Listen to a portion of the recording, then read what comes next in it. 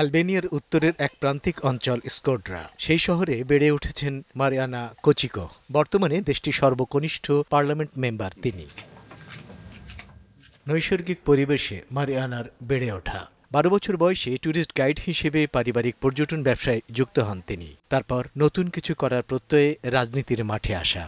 So I said, okay, I want to try something else now. গত 4 বছর যেমন জীবনযাপন করেছি তার থেকে এখন যেমন করতে চাইছি তা পুরোপুরি আলাদা। প্রথম কিছু কষ্ট হবে আমার, তবে আশা করি ভালোভাবে খাপ খাইয়ে নিতে পারবো। জীবনের সৌন্দর্যই এটা, বিচিত্র ও ভিন্ন পরিবেশ এবং মানুষ। Who will stop me? আলবেনিয়াতে প্রতি বছর 1 কোটিরও বেশি পর্যটকের আগমন ঘটে। তাদের কাছে কমিনি লেক বেশ জনপ্রিয়। যান্ত্রিক জীবন ফেলে প্রাকৃতিক সৌন্দর্য উপভোগ করার মতো এমন জায়গা আর নেই।